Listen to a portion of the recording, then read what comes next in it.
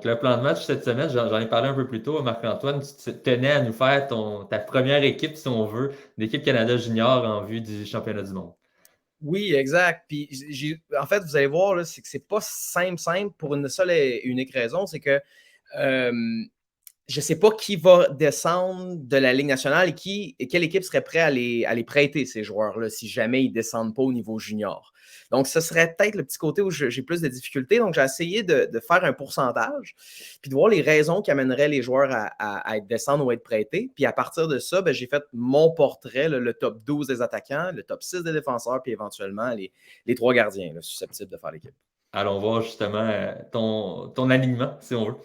Yes! Ben écoute, Shane Wright, je vois pas pourquoi il serait pas prêté, surtout qu'il est en AHL en ce moment. Bon, oui, il est blessé, ce qui fait que il peut pas être rappelé.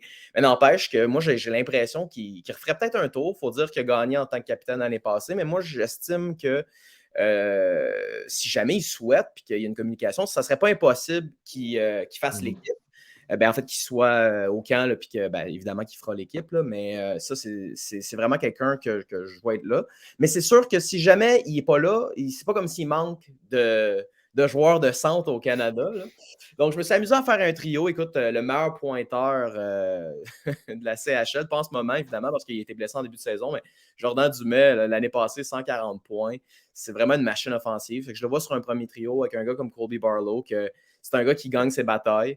Écoute, Colby Barlow, là, si c'était pas de ses 2 derniers matchs, il était goal per game. Là. Je veux dire, c'est typique joueur power forward de premier trio. Là. C'est le gars que je vois sur l'avantage numérique, un peu comme Barrett Hayton il y a quelques années, un peu comme McTavish aussi il y a 2 ans. Donc, un gars qui va être capable de faire des buts, de faire la job sale. Shane Wright, un two-way.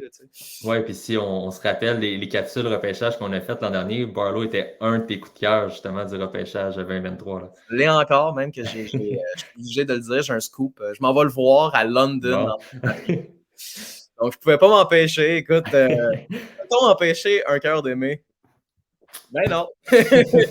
Donc, voilà pourquoi je le vois là. Écoute, ensuite, Celebrini avec Wood. Pourquoi ce duo-là? Ben écoute, c'est sûr que moi, quand je les ai vus au U18 avoir une chimie du tonnerre, je me suis dit, ben écoute, c'est le genre de duo que je souhaite voir se répéter. Un gars d'énergie, David Goyette, un Québécois qui joue pour les Wolves de Sudbury. Je trouve que c'est un gars l'année passée, il a fini à quoi 91 points si ma mémoire est bonne. Là. C'est un gars qu'on voit comme un gars d'énergie plus tard là, dans la Ligue nationale. Mais tu penses à un gars comme ça, un 5 pieds 11, là, vraiment un athlète. Je le vois faire un peu le même travail que Barlow sur un deuxième trio, amener de l'énergie. Puis c'est un genre de joueur que ça te fait pas mal d'avoir un gars comme ça dans ton alignement. Là. C'est un peu comme Jacob Pelletier, voilà, j'avais peur de me tromper de nom. Là, un gars d'énergie que tu veux avoir sur ton trio, là, sur ton équipe, excusez-moi. Fait que voilà. Troisième ligne, ben écoute, Savoie est blessé, Mathieu Savoie. C'est pour ça que je n'ai pas réuni la ligne Benson, Geeky et Savoie.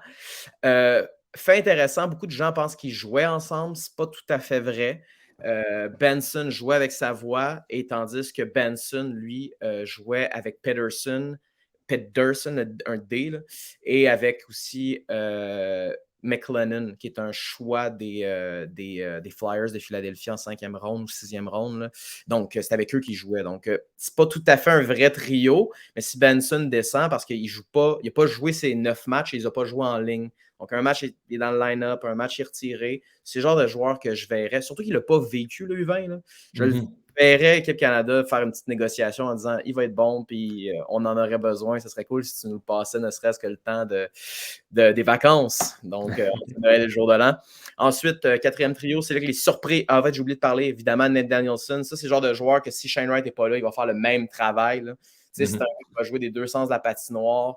Lui, il doit tellement prier parce que c'est un late. Fait que l'année prochaine, il ne sera même pas éligible. Puis en plus, la beauté de Nate Danielson, c'est qu'en ce moment, c'est pas facile avec les Wheat Kings de Brandon. Il doit prier. S'il vous plaît, donnez-moi du hockey agréable à jouer.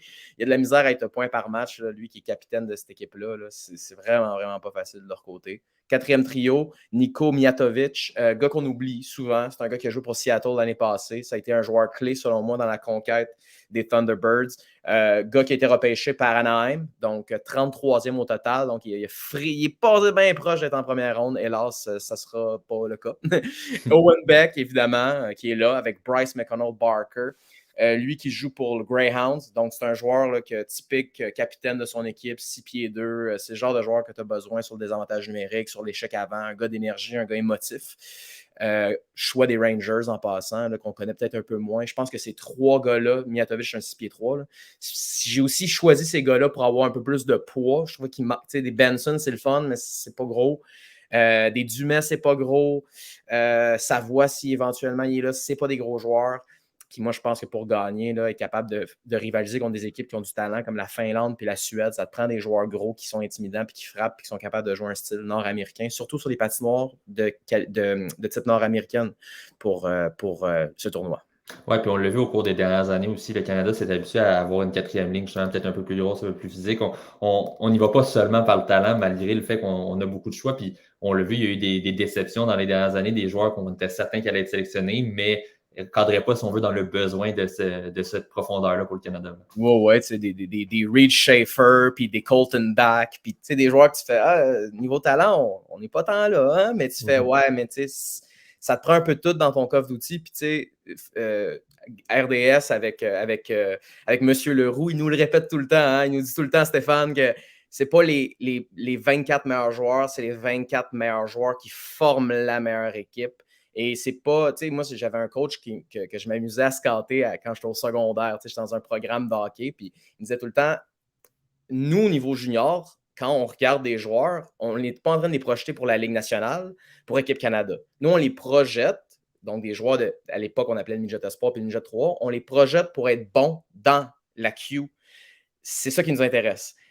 Un gars de 5 pieds 9 dans le Q, là, puis qui remplit le filet, c'est pas mal plus utile qu'un gars de 6 pieds 4 qui est un point aux 2 matchs, mettons, mais que dans la Ligue nationale, il va avoir une place pour lui, mais peut-être pas pour le gars de 5 pieds 9 habile qui fait point par match. T'sais. Donc, il y a un peu ça là-dedans là, à réfléchir, je pense. Fait que c'est pour ça que quand je vois des gros joueurs comme ça remplit un besoin qui était nécessaire à être rempli. Puis c'est des joueurs qui sont extrêmement responsables défensivement, puis qui sont capables aussi de générer de l'attaque. Donc, c'est pas juste des joueurs bons défensivement. Sinon, côté défenseur, évidemment, j'ai aimé quand j'ai vu ton tableau, plusieurs joueurs québécois, en fait, un par duo de ton alignement. Exact. Bon, est-ce que ça va se passer comme ça? Qui vivra verra, mais bon, regarde, écoute, Danton Matejchuk, typique défenseur avec des qualités offensives. Je trouve qu'il y a du Bowen Byram dans le nez. C'est un défenseur ultra mobile qui joue pour Moose Jaw.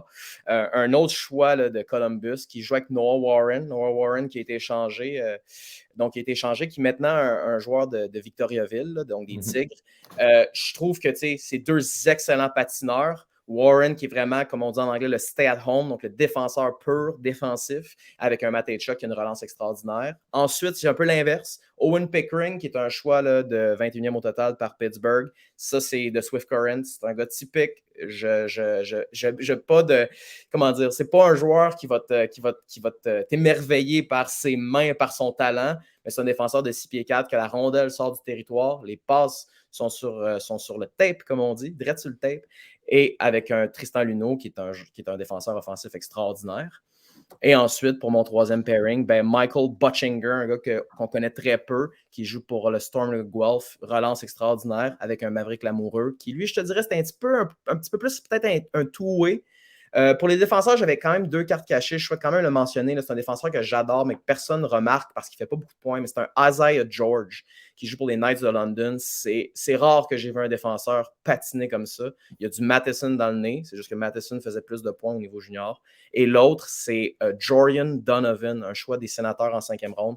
6 pieds 3. C'est le meilleur pointeur de son équipe à Brantford, qui est l'ancêtre, là, ils ont changé de ville, là, donc qui étaient les Bulldogs Hamilton, sont rendus les Bulldogs de Brantford. Donc, c'est leur premier défenseur, un gars de 19 ans. C'est un danger public, cet homme-là. Il est vraiment, vraiment solide. Je ne serais pas surpris aussi que lui fasse l'équipe, surtout qu'il est invité au camp d'été d'équipe Canada. Là. Et évidemment, comme tu disais tantôt, tout ça est aussi en fonction de voir qui restera avec son club de la Ligue nationale. Luno, on le sait encore avec les Ducks, ne joue pas tous les matchs, donc un peu dans la même situation que Benson. Ça serait à voir si l'équipe souhaite le prêter ou si même il va être redescendu d'ici là. La question, c'est de savoir si la chimie prend. Parce que, par exemple, il y a une ligne U18 que moi j'adorais, c'était de Benson, Yeager et Ethan Gauthier. Si ces gars-là sont invités au camp, puis c'est spectaculaire la chimie qu'ils ont, on serait bien niaiseux de s'en priver. Donc, ça reste à voir aussi comment la chimie prend entre les joueurs. Là, c'est ce qui compte au final. Puis des joueurs aussi qui arrivent, comme on dit, des joueurs qui arrivent en feu, là, qui ont vraiment été, qui ont connu des saisons extraordinaires. Tu sais, Danielson, est-ce que tu le veux tant que ça dans ton équipe, dans l'idée d'un top 6, s'il arrive, puis finalement, c'est à la pause des fêtes en 30 matchs, il y a 18 points, tu vas peut-être plus le considérer. Lui, c'est parce que c'est un bon two-way, fait que peut-être sur un troisième ou quatrième trio, mais mettons un Savoie qui pogne une panne sèche, ben, t'es peut-être mieux de dire, OK, ben, tu sais quoi, je vais y aller avec quelqu'un qui est en feu, un Brandon Yeager, par exemple, qui en ce moment est en feu. Sinon, on termine avec le trio de gardiens de but, en fait, que tu as sélectionné pour ton équipe. Bon, là, c'est sûr que c'est mon talon d'Achille, les gardiens. Bon, Dominic DiVincentis, un joueur qui joue pour Battalion, donc de North Bay, la ville de North Bay, voilà, dans la O. Moi, je pense que celui, c'est à peu près sûr. Là, moi, je suis convaincu que c'est lui le gardien partant. Ensuite, ben, là, c'est 18 ans, Bjarnason puis Ratzlaff, deux gars de l'Ouest. Je ne sais pas. Ça va-tu être peut-être un Jan Spooner à Portland qui en ce moment joue pour 930? Peut-être. Les gardiens, honnêtement, c'est vraiment pas c'est vraiment là que mon talon d'Achille. Puis surtout que quand on n'est pas sûr d'un gardien, surtout que les deux ne sont pas en feu, là, ils jouent pour 800 les deux, là, Ratzlaff et Bjarnason, je ne serais pas surpris qu'un Jan Spooner, mettons, qui joue pour Portland, qui en ce moment goal pour 950 puis que c'est un 19 ans mais qui n'est pas repêché, je ne serais pas surpris que l'équipe Canada fasse OK, let's go, amène-moi le gardien qui est en feu de 19 ans qui n'aura pas la chance de faire le club l'an prochain. À moins d'un exceptionnel. C'est un Gabriel Deck dans 1 an ou 2 peut-être, qu'on va se dire, ben, on ne peut pas passer à côté d'un gars comme ça parce qu'il est tellement solide, un peu comme Askarov puis Spencer Knight, des gardiens qui rentrent dans le tournoi à 18 ans alors que c'est des pays qui sont habituellement pactés de joueurs. Mais bon, voilà, vous aussi remarquerez, là, il y a des joueurs dans la Ligue nationale, mais aussi des blessures qui fait que je n'ai pas considéré. Puis des fois, des joueurs que je ne suis pas certain, là, comme ça. Firkus, c'est un joueur extrêmement talentueux, il me fait penser à Dumais, mais tu peux ça avoir un Firkus et un Dumais? Pas certain. Yeager, il va avoir la chance de se reprendre l'an prochain. Ludwinski, je trouve que c'est un joueur que c'est un couteau suisse. Fait que ça pourrait être un joueur qui fait l'équipe. Mais tout ce qui est Bradley Nadeau, Zimmer, Height, c'est des gars qui vont pouvoir se reprendre l'année prochaine. Puis il y a d'autres joueurs que moi, ça ne fit pas dans ma philosophie et ça ne fit pas aussi dans la philosophie d'équipe Canada, comme des Andrew Crystal, qui en ce moment, c'est extraordinaire ce qu'il fait, mais c'est pas le genre de joueur. Au U18, ça a été horrible. C'est le U18 de l'an passé, donc de l'été. Là. Donc, c'est le genre de joueur, des fois, que ça ne fit juste pas dans la philosophie typique équipe Canada, puis qui est proche d'être la mienne aussi, mais avec évidemment des différences. Mais ce serait mon alignement, puis je ne serais pas surpris qu'on soit quand même proche, parce que je me suis aussi un peu mis dans l'esprit d'équipe Canada. Là, donc, voilà. Oui, puis ça serait quand même une belle cuvée, en fait, pour la Légion majeure du Québec si finalement 4 joueurs, en fait, dans ton alignement font partie de l'équipe et peut-être même plus, tout dépendant les choix qui sont à venir. Tu viens de te mentionner Ethan Gauthier, peut-être si ça connaît un bon camp, pourrait avoir sa chance. Donc, oui. ça serait intéressant quand même de voir ça. Un gros merci, en fait, Marc-Antoine, et on va suivre ça avec attention d'ici le temps des fêtes et c'est sûr qu'on va en reparler aussi d'ici là.